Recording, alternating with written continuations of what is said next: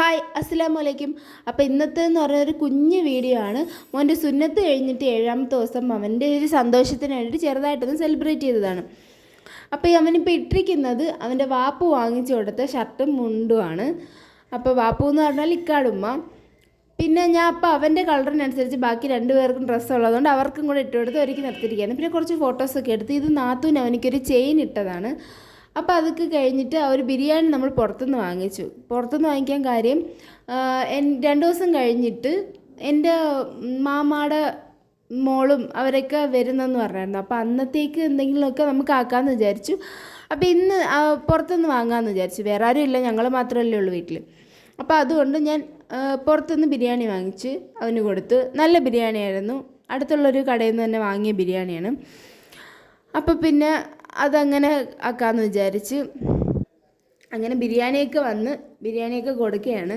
പിന്നെ ഒരു കാര്യം പറയാനുള്ളതെന്ന് വെച്ചാൽ എപ്പോഴും പറയുന്നത് തന്നെ സബ്സ്ക്രൈബ് ചെയ്യാത്തവരൊന്ന് സബ്സ്ക്രൈബ് ചെയ്തേക്കണേ.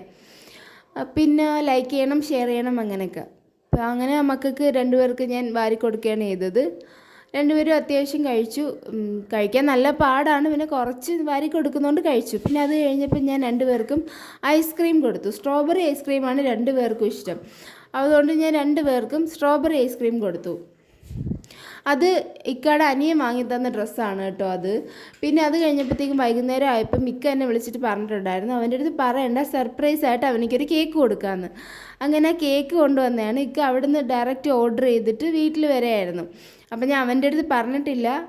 ഇറങ്ങി ഇത് വാങ്ങിക്കാൻ നേരത്ത് എവിടെ പോകുന്നതെന്ന് ചോദിച്ചപ്പോഴാണ് ഞാൻ പറഞ്ഞത് സർപ്രൈസ് കൊണ്ടുവരാൻ പോവുകയാണെന്ന്. അപ്പോൾ ആദ്യം എനിക്ക് കേക്കാണെന്ന് മനസ്സിലായില്ല, വേറെന്താണെന്നും പറഞ്ഞാൽ ഓടി വന്ന് എൻ്റെ കയ്യിൽ നിന്ന് വാങ്ങിക്കൊണ്ട് പോയത്.